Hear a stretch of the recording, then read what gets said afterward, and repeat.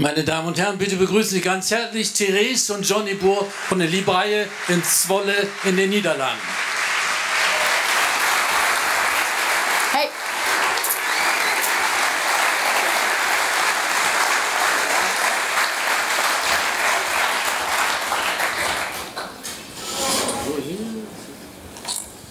Wir haben heute eine ganze Reihe von schönen Filmen zu gucken. Eine ganze Reihe ist übertrieben, ein paar Kleinigkeiten. Am besten fangen wir gleich an mit dem ersten, über den Umzug von der alten Liebreihe in die neue. Nur zur Erinnerung, die alte Liebreihe, eine alte Bibliothek aus dem 16. Jahrhundert. Mm-hmm. Yeah, I'm going to speak English, is that okay? Yeah. This is the new restaurant, but when you just saw it, that was the old building. We were there for 25 years. And since 1.5 years we are in our new restaurant. We have this also from 2008. We created a hotel with another restaurant. But for 1.5 years we moved our Liebreihe to the hotel and created there the new restaurant. It's only about 500 meters away. Yeah. Yes, and it is in the garden, and we make a top on it. And then we make this. And this is the lounge. It's a little bit dark, but this is the lounge of the restaurant. It's a radical radical investment, isn't it? Yes. Yes, it was a big one, but it was a good one. How many couverts do you have at the moment? It's almost the same as we had in the old building. We can do 6 more. So we have more space. Yeah. 60? No. It's I think 38 in the restaurant. Yeah. And the chef's table is 12, 14. Yeah. But the restaurant looks more bigger because it's higher and it's lighter. The old building was smaller. And now we have, in the old restaurant, the kitchen was downstairs, and the restaurant upstairs. Only the kitchen table we had downstairs. But now you notice when we have everything on the same level, it's more easier. This is the kitchen. You say no. I like this one. And that's Johnny. So, das ist kein Fake. Das ist Johnny ist so. Ich bin ein Boer. Und das meinst Bauer. Ja. So, und die hat einen Traktor. Did you have a Boer in the family? Yes, my Opa and Oma. They were farmers and fishermen. Yeah. So when you see there, that's the chef's table. So what was the idea to let cooks work in the restaurant, not only in the kitchen? Yeah, but it's because of the whole experience and also the team working of service and kitchen. And now, because we were all working together, also the cooks are coming with the dishes to the table, and the service helps to make the dishes. It's really nice. You're starting very directly. If one enters the Liebreihe, you start right away with the first dishes. And now we start with a friendship ring. It's a tomato for her and for him. And for her it's with rose, and for him it's with cardamom. Very nice. You have to eat the tomato off the ring.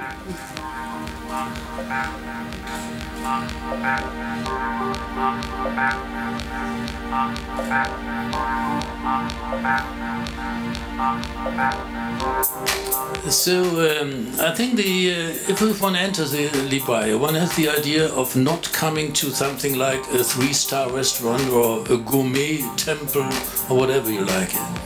What was the concept behind it? It started because we were 25 years in the old Liebreihe.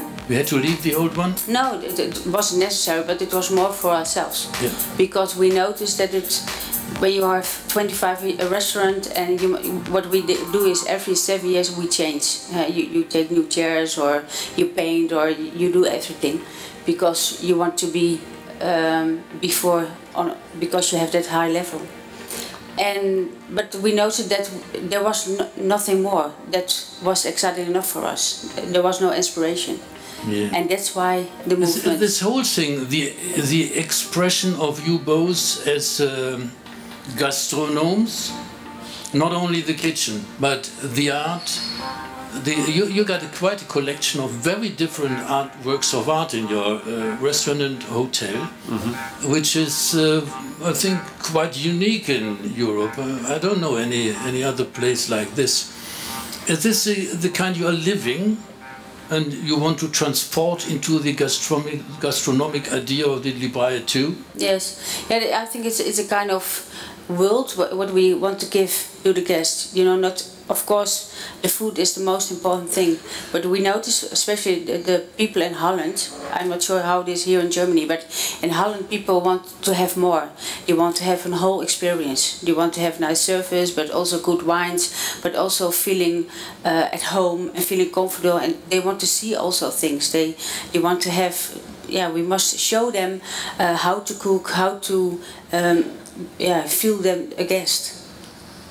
What we have in our restaurant is in the new restaurant we have also in the restaurant we have a very big couch we created, and people are sitting next to each other. Normally when you are in a restaurant you're sitting against each other, but now you are sitting next to each other, and then you can, of course, eating, drinking, but you can also, you have a really nice time. That there. Yeah, you saw it. Very close. We weren't sure that you like it, so I put you in another table, but it's good. You are a very well-known sommelier in Holland, in the Netherlands. You created your own wine, and it's created after a very famous dessert created by Johnny. Yeah, yes, the kiss. Yeah. I made a Kiss of Theresa, I think 10 years ago or 15 years ago, and at that time people were asking, do you want to have your own vineyard? And I said, vineyard in Holland. And then they start, she said, yes, I want that. No, I want it. And they started to make the plans, and now they have a beautiful, and we call it Kiss of Theresa, a red wine and two whites. What grapes are it? We have Cabernet Blanc and Solaris, these are the white ones, and for red we have Regent and Pinot. But it's the most Cabernet Blanc, and for the red Regent. Yes. But all grapes from here, from Germany. Yeah. The personalization of kitchen could be like this, could be in some of the dishes too. Yeah. Yes, we have a look at some of the dishes. Give up the first video, please.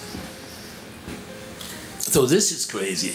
I have been in the Libraille once, and after dinner, somebody came up and told me, "Oh, this guy over there, this is the most famous and biggest tulip farmer in the whole Netherlands."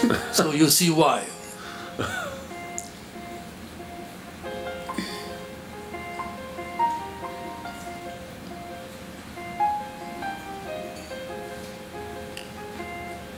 Well, these are tulips. Can one eat tulips? Yes, these are the roots of the tulips. Yeah. And you can eat it. And my mother always said to me... Straight away, or is it necessary to No, you have to marinate them? You can't eat it raw, because it's almost the same when you eat a potato raw. You don't like it. No, we have to... I start testing. My mother said to me, you never can make a tulip root lekker. So when you say that to me, I start developing and testing, and after I think 6 months with maybe 80 sorts of tulip bulbs, we had one, and we put it first. We cook it on 75 degrees for 1.5 hours, yep, with some sweet and sour vinegar, some honey in it, and peppers and turmeric. That's the curcuma. Yeah. And we put it for, and after that we put it in jars, and then we put it for 2 months away, because then you get the taste. And that's the yellow things. You have combined it with oysters and with lardo. Yes. Yes. Yes, I think the dish, you have the tulip bulb. It's fresh. It's sweet and sour, and then the salty thing of the oyster, and then we put a stock of pine needles. Yeah. But the pine needles is the oil, and the base of the sauce is tomato. So we put tomato stock, tomato juice, raw, and then we put the pine needle oil in it, and then stir it, and then you get this sauce. Yeah. Do you smoke the lardo on pine needle too? It's a smoke. We call it a zolderspek. Yeah. It's a lardo that goes, I think, 25 times in a smoking chamber. Yeah. And it's when you have it, it's like wood. It's more than a year old. And then we do little pieces of that we put on the oyster. So this is something like a very strongly transformated regional kitchen. Is that right? Yeah. With all the things from around around Zwolle, like always. You started very early with these regional products, huh? Yes. 20 years ago, something like that? Yeah, when I started in the Librei, I guess.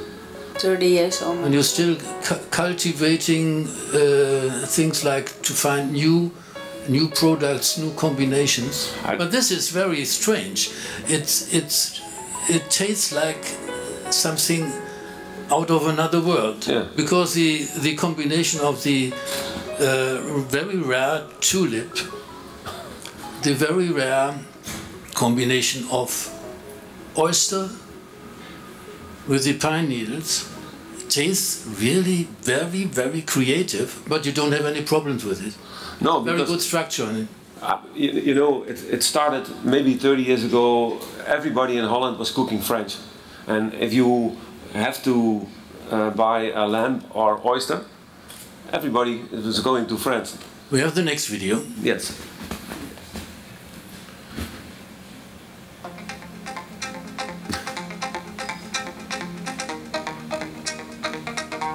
That's something with crayfish, yeah. Flusskrebse. Do you have such a good quality of crayfish that you can work with them? Because you know the problem. If you get crayfish, it normally tastes like nothing. What did you do to make it a real great product? It's the same as a normal lobster. Because if you cook a normal lobster, it has a taste. But if you eat it, you have to make it good. So we make a oil of the heads and the claws, and then we sear the crayfish. We sear in the lobster oil and let it stand for a while. But what are you doing here? Yeah, we smoke the lobster tails on gale. That's a Gagelstrauch. Yeah. It's also in the box. Yeah. Maybe it's nice. Gagelstrauch, das ist, das hat einen sehr, irgendwie in Richtung harzig und. But some of you have. I brought 300 of those boxes. We do that later. Okay, but I want to warn them because if you eat the gargle, you don't taste for the whole day anymore. You can smoke it, but. Don't taste it. We come to that later on. The stone. We have to come to it later. Yes, the stones are not hot. No, you know, it's a wooden case. Yeah. But so we burn the gargle. Yep. But if you do that without the stones, the lobster tails, they will become overcooked. So we put it on cold stones. That only the smoke of the gargle is doing his job. Very interesting. So what's it do? That's the dish. With some goose liver. Yep. And blueberries and young sunflowers. And some of the herbs and. That's the young sunflower. Yeah. A nice plate, this one. You can't make a distinction between the sauce, the jus, and the I don't know what it's in English, glasur. Yeah. The making of the. It's very interesting. Yeah. So I did eat that too, and it's one of the most beautiful aromatizations of Flusskrebse I've ever eaten. They are very big, but they have a really nice taste. Yeah, maybe I think because they have some real size, they support the aromatization. Yeah. Normally they are too small and they don't support any aroma. And you have to be aware that you don't overcook them, because then they are getting chewy and all the taste goes out. Yeah. Well, which means you have to be fast with the aromatization and don't make it too long to get not in touch with the inner taste of the crayfish. And the taste is supported by the oil of the head. Yeah. That's something very important too. A lot of cooks don't do this to work with in Germany, not in France, but they do it in Spain to work all the time with the head of the crustacea. Yeah. Let's have the next dish, please.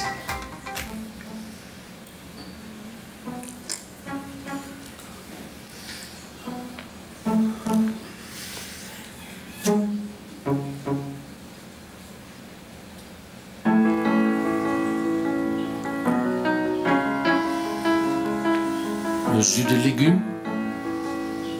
Yes. Raw. Yeah, it's raw. It's not cooked. No, when you cook it, you can't. The trick is you have to let it rotten. Another word is fermentation, but everybody uses a little. How long do you leave it like this? The pure juices of the paprika, in this case, pure paprika, it doesn't work.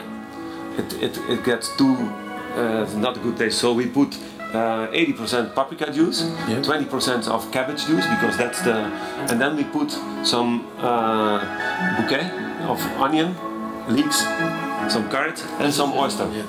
And you like the cabbage flavor? Yeah, I like that very much. It's something not very much used in Germany too. But I think there's a whole family of aromas within the cabbage that are not, especially if you have different kind of cooking techniques to it. So this is something very special, because have eaten this monkfish, Seeteufelschwanz. Das sind sehr kleine Seeteufel, very small monkfish tail. I think I have eaten it about 15 years ago, and I came to the kitchen and asked, what the hell did you do to this monkfish to get it in this consistence? What did you do to it? It's very easy, because a monkfish, when you only cook it, put everything up, it gets dry and it gets tasteless. We put it in beurre noisette, in brown butter, and we put it there for 70 degrees for, I think, 15 minutes or something, and then we pull off the skin, but we let a little piece of the skin. What is the temperature in the inside of the monkfish? Between 60-70. We make it 70 and we put it in 10-15 minutes. Yeah. I think within on the bone, and then we put it off the bone, but we let a little piece of skin there, because there's the fat and there's the taste of the monkfish. Yeah. And then we burn it, and then it becomes like this. It looks like a very, very old historical fossil something. And what else is there? There's something in the company of the monkfish which is very typical for you, a kind of rustic aromas, like onions and things like that. Yeah. The stock, the bouillon, is also from onion. Yeah. But also not cooked. It's almost raw.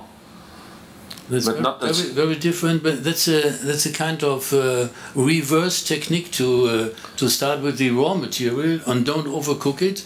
Don't use the cooked legume, but use the taste that you get if you get a mix of raw things. Okay, we have some other. Can we have it a little louder sound? Yeah, the music belongs to it. Yeah.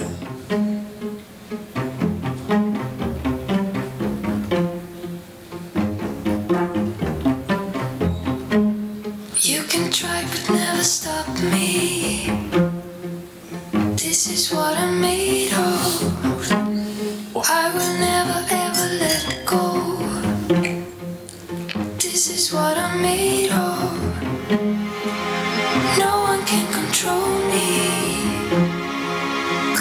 is what I'm made of. You can hate but never break me. This is what I'm made of.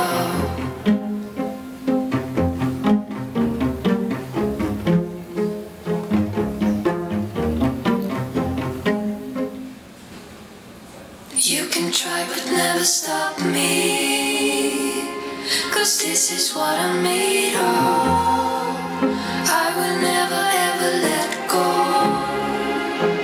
'cause this is what I'm made of. No one can control me, 'cause this is what I'm made of.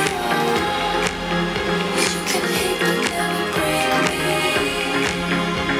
'cause this is what I'm made of. No one can control me,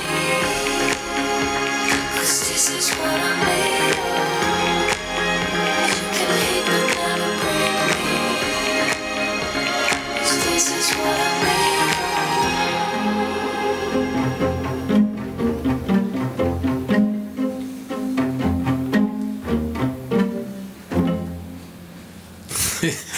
It's crazy. Well, this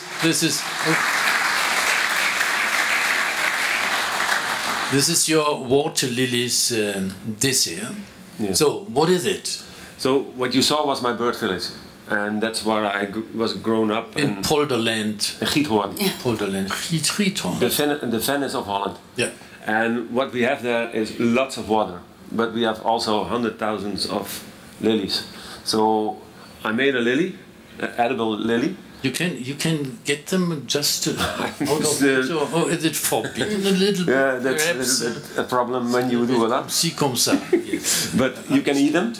So what we made a lily of my favorite flavors of the region from my bird village, and that's the meadowsweet, the watermint, and angelica, and some holunderblüten, and the lily himself. We use the heart.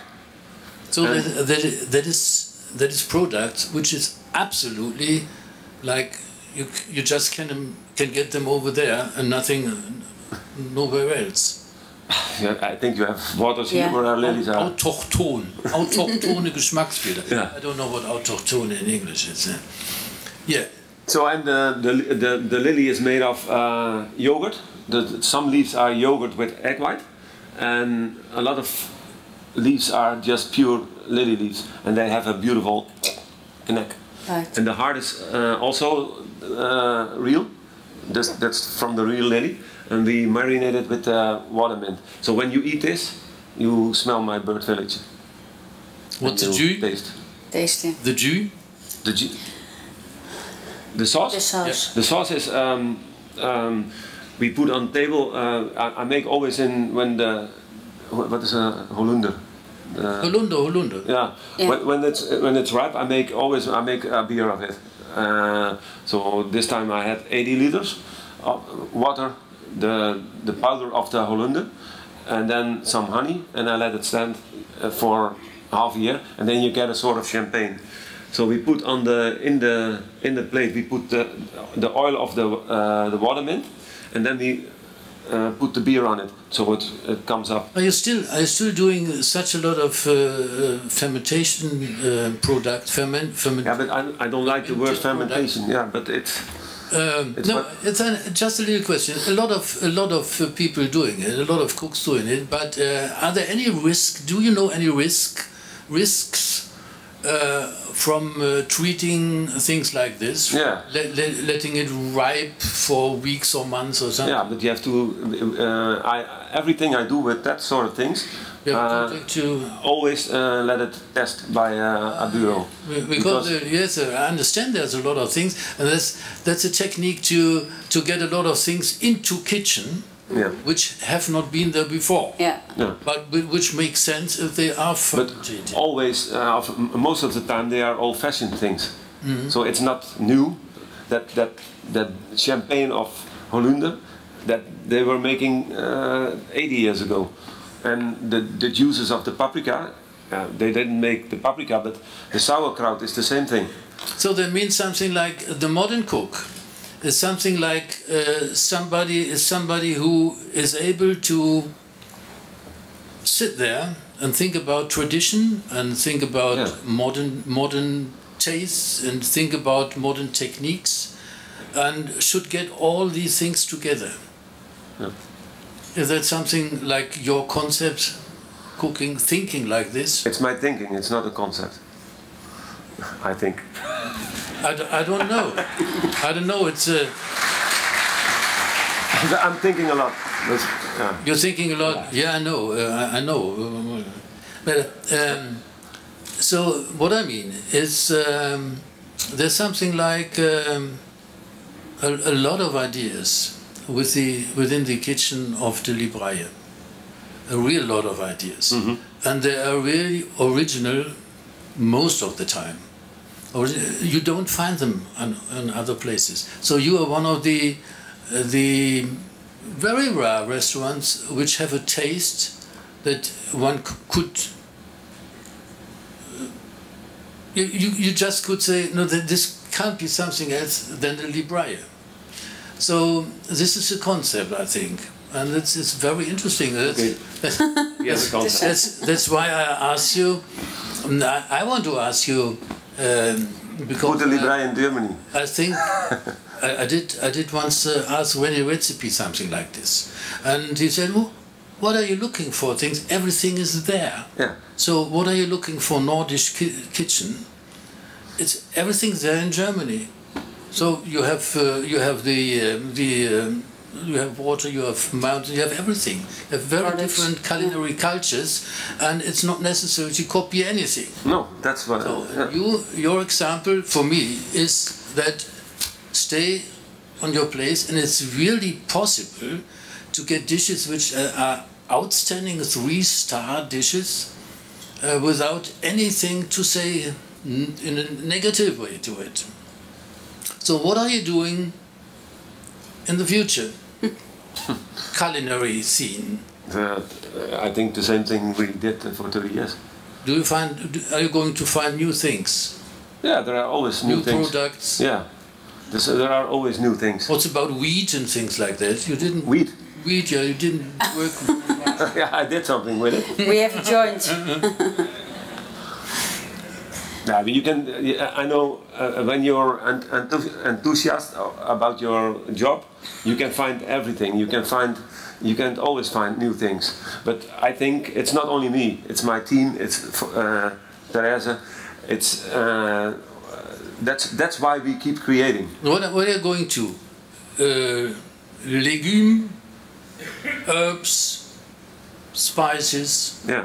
Where's the most interesting part? Which is not developed yet. I think we have a lot to do with only vegetables. That's a thing we can do a lot with it.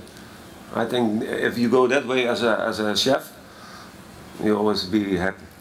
You don't have much of steaks and things in your menu. Steaks. Beefsteak. Yeah, I like a steak. Except for the Americans, yeah. We have something with tonight we are eating at Vendôme. I asked Joachim, make me a steak. Yeah. Did you make one? No. Maybe he will. I'm not going there for a steak. That would be interesting. So, no, I mean, people who come to the Libraille think about that you have mostly legumes? Or no. Don't they feel anything about it? No, but there is... it's just entertaining and very interesting, and that's all? Yeah, but I think the taste is also really important. Yeah. You can create a lot of things and you can be really creative, but the taste must be good. We have a lot of guests who once, when he said, I've got cauliflower, then you must taste it. I think that's really important. And that's what his cuisine is. Not too much, but when you have products or he put some products together, then you find the taste of all the things. You're one of the few cooks where you can't find any classical traces, huh? No, you know, the monkfish. Yeah. With the paprika juice. It's classic because I made a beurre blanc of it with goat butter. So I always. Yeah, I know that. I did wrote about that. That maybe this is better than the original beurre blanc because it makes more sense. Yeah, and it's good for your stomach. Yes. Well, any advice for young cooks of today? Follow your heart and do what's in your neighbor, and don't buy beans from Nicaragua or I don't know, Tanzania. Go and visit your neighbor. Maybe he has nice things. And also listen to your guests. That's also important. That's more important. That we do for 25 years. Some guests can give you some advice, or maybe they can tell you something that in the first thing you think, oh, why he told me that? You have quite a good, you have an educated public. Yes. Seems to me. More and more, I think, in the whole world. I like it. Because people really know more and more about eating and drinking. But I think we always listen to our guests, what they want. Don't go too fast. And what he said, follow your heart. And I think very nice word for the end. Restaurant. I have to that makes it come to this box. Yeah. So there's something sensational. He's got about 250 box. Yeah, the first rows have that. Sorry, I didn't make 1,500. But so what's in there? That's something. That's a gargle. That's the gargle. Gargelstrauch. You know the little round things in it. You have to squeeze them. Don't eat it. Then you know what I mean when you smoke something on this. So you have to put. I don't know. We in Holland we call it the katjes. Ja, man kann danach 2 Tage lang nicht schmecken. Nee, when you eat it, don't eat it. Don't taste anything. No. So we have I made some herbs. We put in the bumbu. This is bumbu, and we put in the fermentation with the paprika. These are the tulip heart. Let them stand for 2 weeks because I made it in the sweet and sour a month ago. Wait a little bit, and then you can taste the tulip bulbs. Then this one is very important. This can be your friend for a very long time. This is a kombucha mushroom, but I have it for 22 years, and I have hundreds of kilos now. And the recipe to make a huge kombucha mushroom is on this. And please, if you do it, put a photo on @libreieskombucha.com, and I want to see the photo. Then we have the fermented juices of the paprika. It's sour, has a pH of 3.5, so it's sour. But then you can taste what's left if you do it like we did it on the video. And then I did it one time I did it one time. It's the edible joint. It's just a joke. Ladies and gentlemen, schlagen Sie sich nicht so sehr um die 200 Boxen. It's for you. Therese und Johnny Boer von den Libreie in Zwolle. Thank you. Super. Thank you. Great.